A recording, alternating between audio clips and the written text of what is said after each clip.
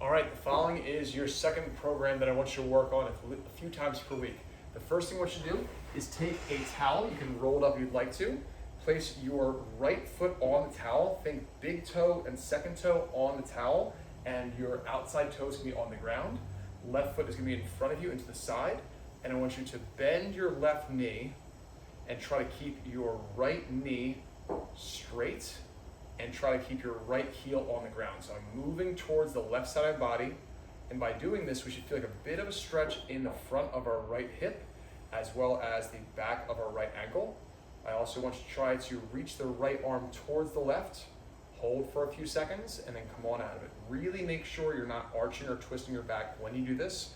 Think about holding for a few seconds and doing it 10 times. Second exercise, very similar to that, is we're gonna have our right knee down, left knee in front of us. You can do this with a box in front of you or your ottoman or a staircase.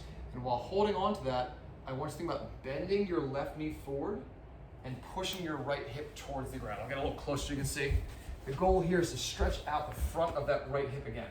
So I'm bending the left knee forward, stretching out the front of my right hip without arching my back. So I'm bent over a little bit, holding that stretch for about 5 seconds, and then come on out of it, and try to think about doing that about 10 times over. Okay, now we're gonna work on some progressive core strengthening exercises. We're gonna do the bird dog first.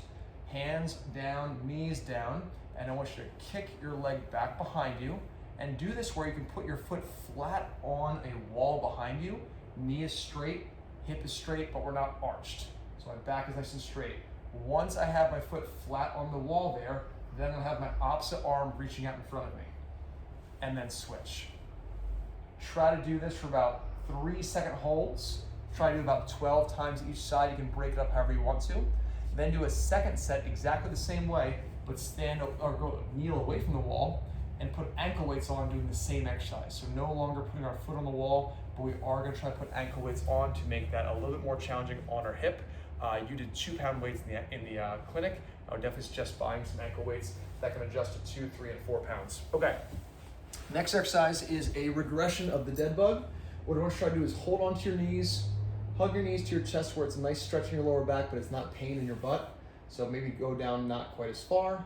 And then from there, I want you to hold onto one knee, and the other leg is going to kick out straight and low without having your lower back arch, and then switch.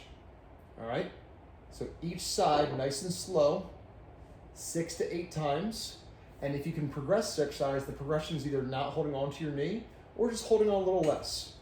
And remember, only kick your leg out as low and as far as you can without arching your back or having numbness and tingling into the outside of that right calf musculature. All right? Next exercise is a plank progression. What I want you to try to do is have your hands over your head. So we're not at shoulder or chest level. We're actually gonna go over our head.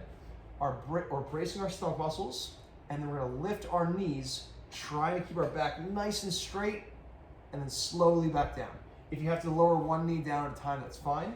And the higher you lift your knees, the harder it's gonna be. So make sure not to arch your lower back, keep your back nice and flat, hold there for a few seconds, and then go down slowly. Think about doing that for 3-second holds for 8 or 10 total. Next exercise is a crab position. So we have our hands behind us, our feet are straight and flat.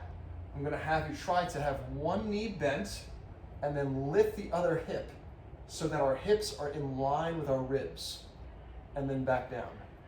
If you do this exercise with your right leg straight, it'll be a little bit too challenging on that sciatic nerve. So keep the right knee bent as you go up and down with your hips.